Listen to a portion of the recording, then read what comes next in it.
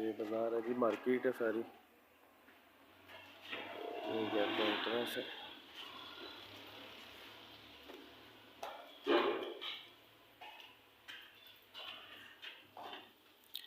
सामने 2 कमरे, एक कमरा इधर है।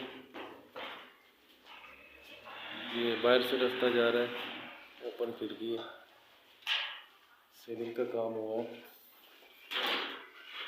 ये वॉशरूम है, इसकी वेंटिलेशन ओपनिंग ये है।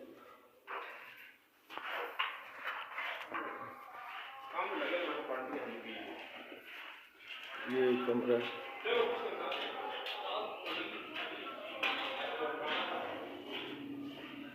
ये इसके साथ अटैच वॉश। ये ओपनिंग आ गई है।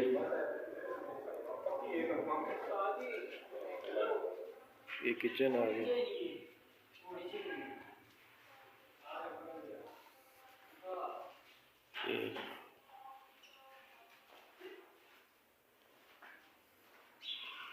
ये इसका वॉशरूम है।